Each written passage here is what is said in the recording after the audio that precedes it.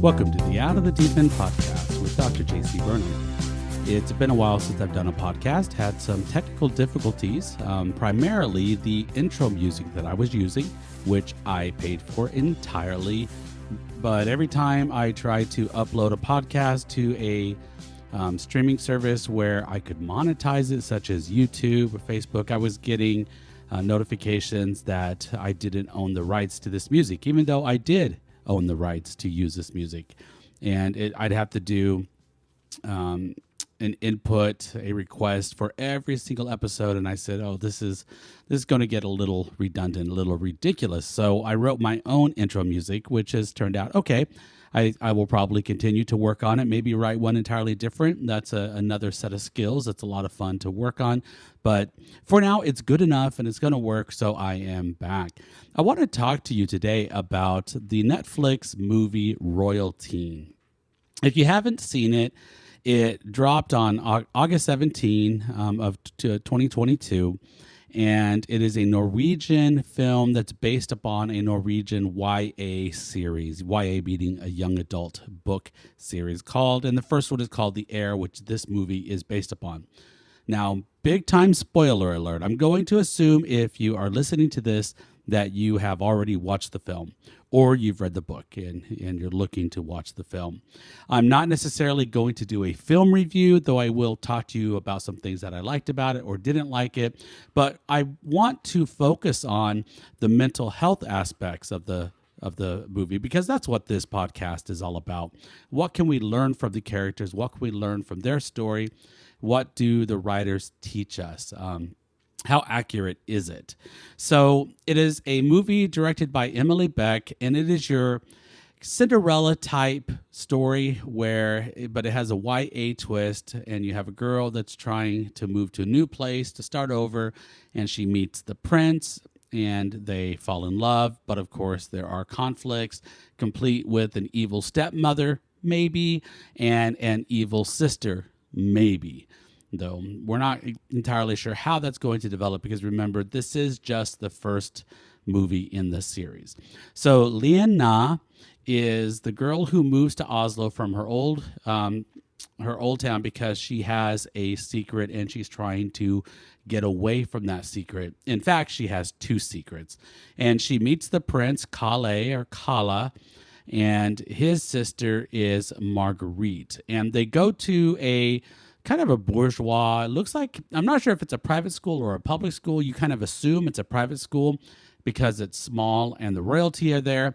They never quite explain to us how Lena is able to go to that school, because she is definitely middle class, lower middle class. Her two parents are in awe of the royal family, so you don't get this feeling that they have moved in those circles before. The main theme that we see in the story revolves around trust and honesty. And that is kind of important to Lena, because one of the reasons she has moved to Oslo is because she broke trust in the past, and she has a very big secret that she is hiding. And when she gets into the inner circle because of the prince, the object is in their minds to be able to stay there, because once you make it, you're fine as long as you remain trustworthy. And trust is a big issue, especially for the princess sister. Now, Lena has a history of making very poor decisions. Okay, here's the spoiler alert. She moved to Oslo because she posted a video of her friend in a car about to have sex, and I believe it was her ex-boyfriend also. So you had a little love triangle thing going here, but she posted it live on the internet and betrayed her friend, and she was ostracized because of it. But her other massive secret is that she has a quote-unquote little brother that isn't her little brother at all, but is actually her son. And I believe it is by the same guy that was in the car with her friend. So she moved away to get away from all that scandal, but when they move, she's telling everybody, her parents are telling everyone that this is her little brother. And so when we find out the truth, I will admit it was a little predictable. It didn't entirely catch me off guard, but I was still a little surprised because they dropped a couple hints along the way, but it was done well enough so that you weren't entirely sure. All right, another theme that this film is dealing with is class and versus character. So upper class, lower class isn't really an issue here, which is unique for the young adult genre, because usually in the teen world, you have the in crowd and then you have the out crowd. In society, we have the upper class, those with money and with the freedom, the ability to do things, to make the decisions. And then you have the lower class, who are the poor, the people that have to work for the upper class. They usually can't make very many decisions in their life. But this story kind of blends those lines. Like I said, Leanna is definitely middle class, but she's able to go to the school. She falls in love with the prince falls in love with her at first sight. And we don't really get this issue of there is the lower class, the unpopular kids in the school. There's just simply, everybody seems to be well off and popular. So that genre isn't really explored very much, which is a little refreshing. It appears that your character as a person is more important than your social class, which that is the crux for Liana, because her character is in question because of her two secrets, her past history. So the poor in the society are underrepresented. We don't really see a whole lot of them, but like I said, it's kind of refreshing that they don't focus on that too much. Another theme is that of love and friendship. Love, because Prince Kala falls in love with her very quickly, maybe a little too easily. He walks into the classroom. There she is. I'm going to sit by her.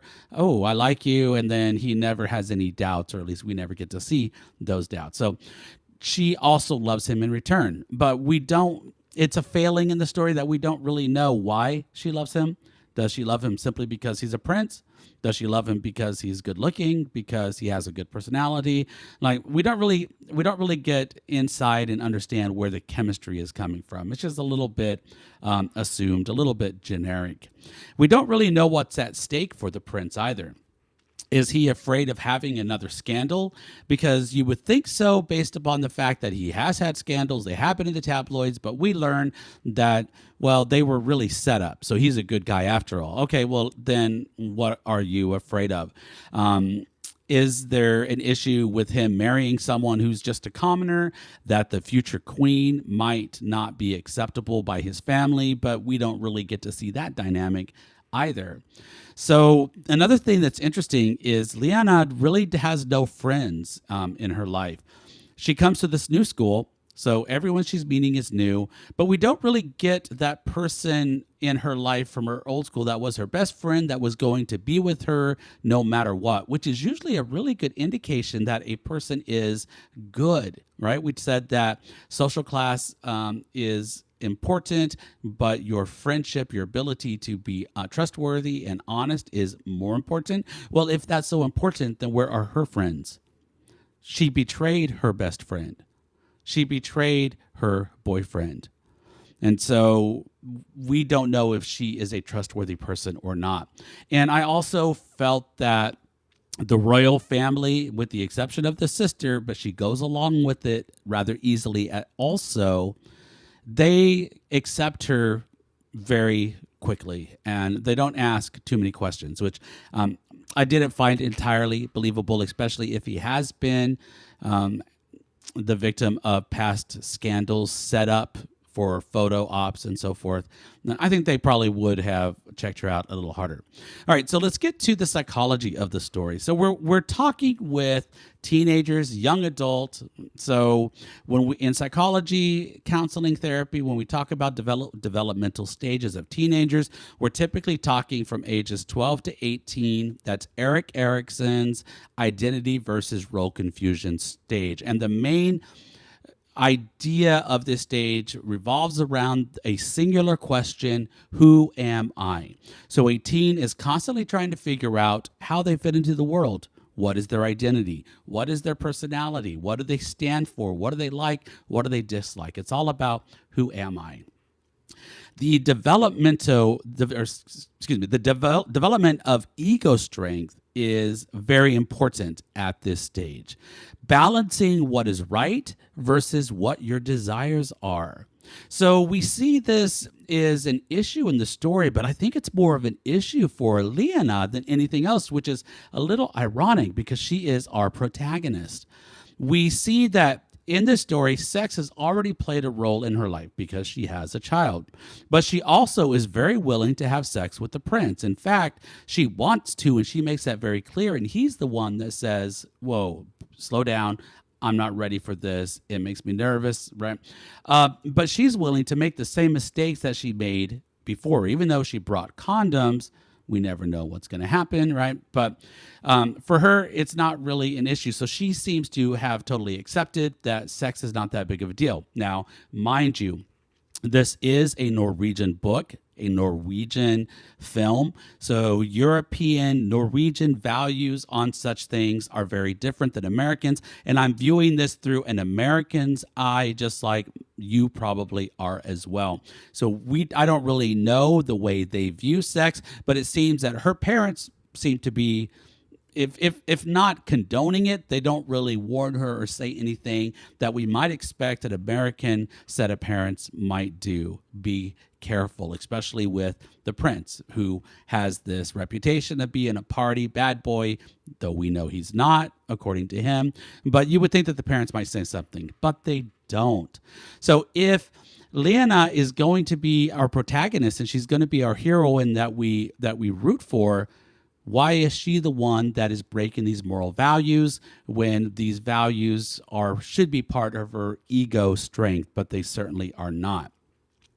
Another issue that we're dealing with young adults in this developmental stage is a basic virtue of fidelity. And fidelity means that the teen, no matter what, remains faithful to their friends in spite of any contradictions in their value systems. For example, our protagonist goes to a party. She knows it's not right to do drugs and drink and do these things that are dangerous, but her best friend is doing them.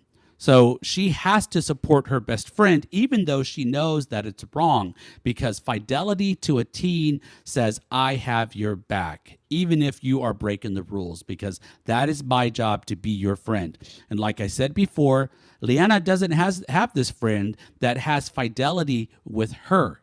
So we have to question, is she a good person? Is she a bad person? And that's underlying this entire story. She has broken her trust with her old friends. So we know that she doesn't have fidelity. Can she be trusted? That is one of the ultimate questions with this royal inner circle. And we know that she has a history of not. The princess finds this out, and that is a major issue. And we don't really get an idea that she's going to be able to achieve this, at least not in this first edition of what I assume is going to be a 3-part series. So Leona carries her pain with her to Oslo because she betrayed her friends. She's attempting to bury it, to cover it up under a lie that she is just a normal teen. But as we go through the story, this isn't entirely possible.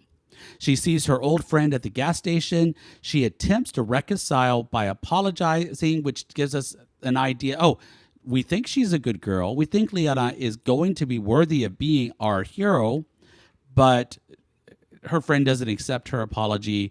They get into a little scuffle, and her effort is entirely rejected. So in terms of ego strength, in terms of the basic virtue of fidelity in the identity versus role confusion stage, Leona is not coming out on top. She is having a hard time balancing what is right versus what her desires are. All right, other issues of mental health in this story is we see maybe some anxiety coming into play. This is particularly true with the Queen Mother. She Lyanna is having dinner with the royal family. The king, the sister, the prince, and the mother walks in. It's unexpected that she is there, which sets up a red flag. And we can tell that she's not entirely normal. There is something about her that's a little off. Is she the wicked stepmother trope that we see in so many Cinderella stories? Perhaps, but it's underdeveloped in this first part. We'll have to wait and see how that is developed later. Because for the most part, the villain in the story is the princess sister, because she's the one who interacts with Lyanna more than the queen. But I imagine that's going to become an issue later. We know that the queen is failing somehow to live up to the weight of the expectations that come along with being a royal. And again, it's under-explained, but it is mentioned, so it's there. We also don't really understand why the daughter is the way she is, like mother, like daughter, perhaps. Maybe the mother has anxiety, the daughter also has anxiety, but we don't really know. But it's going to be an issue that needs to be explained at some point in the story. There are definitely strained family relationships.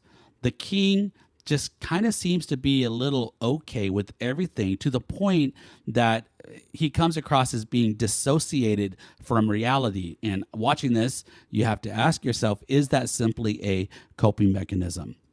And I hope that they provide a little bit more detail, because it's interesting to see that family dynamic.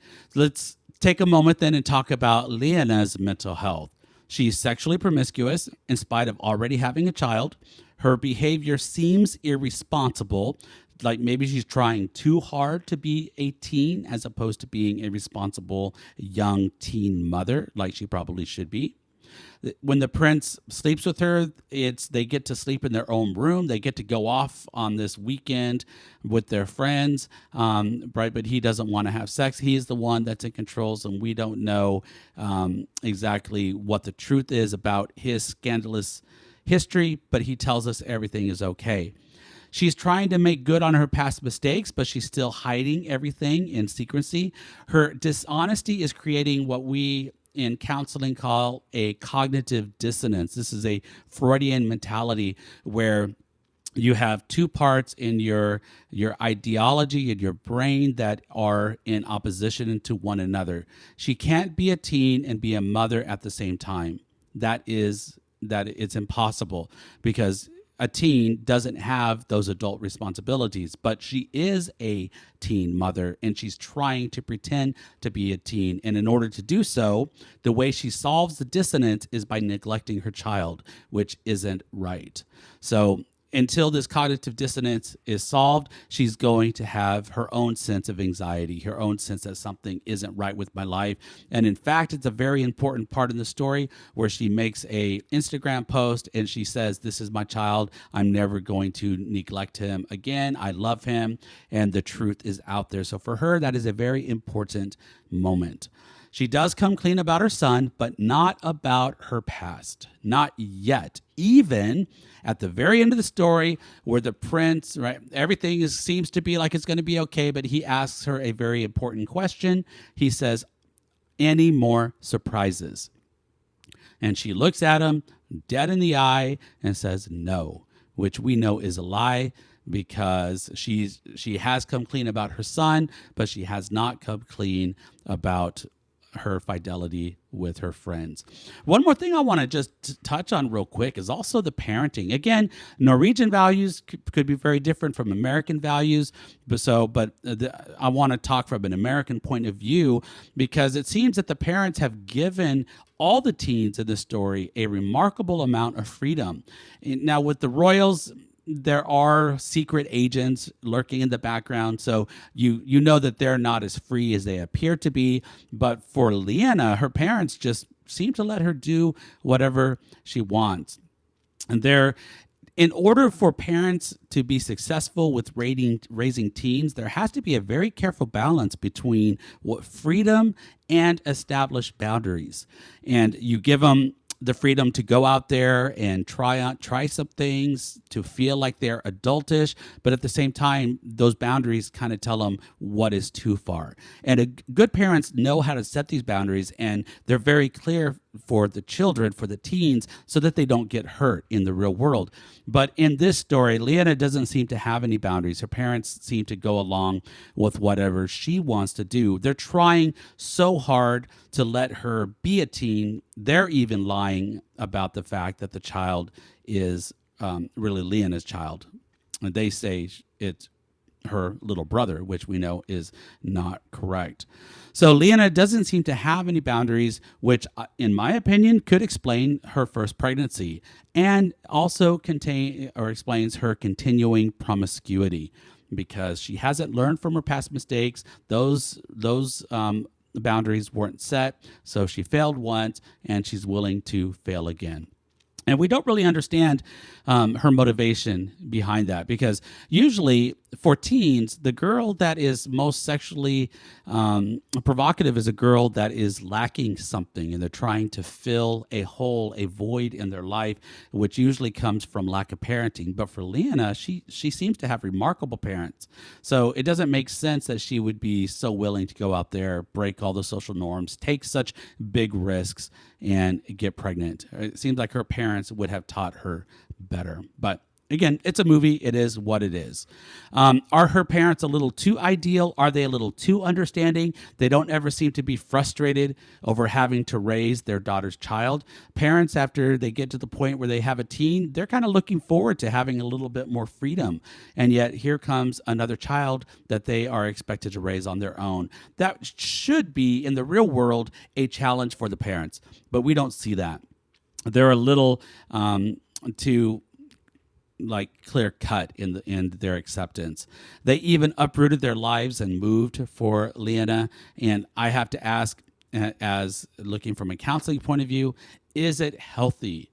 Is it healthy to take her out of her environment? And even Leanna says, she hints that she cannot run away from her problems. So we are left with the question, maybe things would have been better for her if she had stayed in her old town. Even though she had betrayed her friends, she could have perhaps solved it, but at least she would have been in a familiar environment.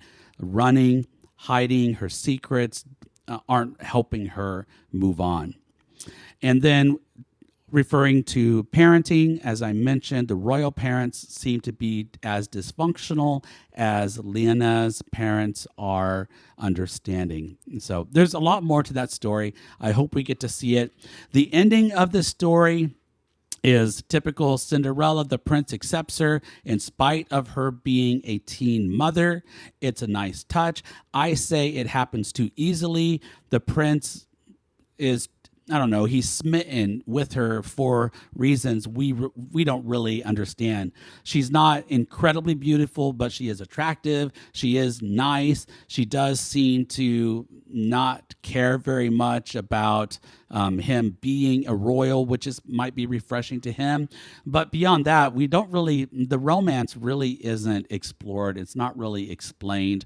And I would much rather have seen a little more realistic response from the prince. That shouldn't have been so easy for him to accept. It would have been a much more interesting story if he rejects her first, and it is his growth point by being able to accept her and accept her son. I think that is a much more interesting ending, but that's not what happened, so it is what it is. Now, the biggest thing with the ending is the fact that the princess, Margaret, she's given a glass of champagne, then she faints, and that's where the story ends. We don't know why she faints. We don't know what it means. There's something in the champagne? Was it spiked? Just like we know her brother in a previous situation could have also been given a drink that was spiked, and that's why he had some scandalous photos. It's not really explained with him, and it's not really explained with her. And so The other theory that's floating around is maybe she was having a panic attack because everybody was so happy for her brother and for Lena, and she still doesn't like Lena, and she's just overcome by the fact that they're all so happy. I don't know. Perhaps the book explained it better. I do not have the advantage of having read the book. I have to take it on face value by what I'm giving in the film, and it seemed that the ending didn't fit the story because the story was about Lena and the prince, and yet the cliffhanger at the end was about the sister. So we changed heroines at the end and we changed the spotlight. So I'm not sure what to say. What will happen next? We'll have to see if Netflix is going to make a second movie. I hope they do. I enjoyed the film, even for its flaws. I think it's still worth a watch. I think from a mental health aspect, there's still a lot to chew on. And so that's why I wanted to talk about this film.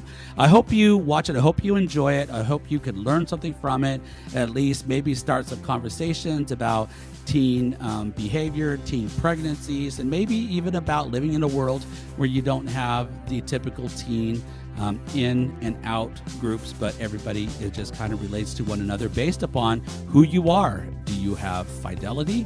Are you trustworthy? Are you honest? Maybe those are the things that matter the most, and maybe that's what we can learn from this film. So I hope you enjoyed this discussion on Royalteen. This is Dr. JC Burnham and the Out of the Deep End podcast. Have a blessed day.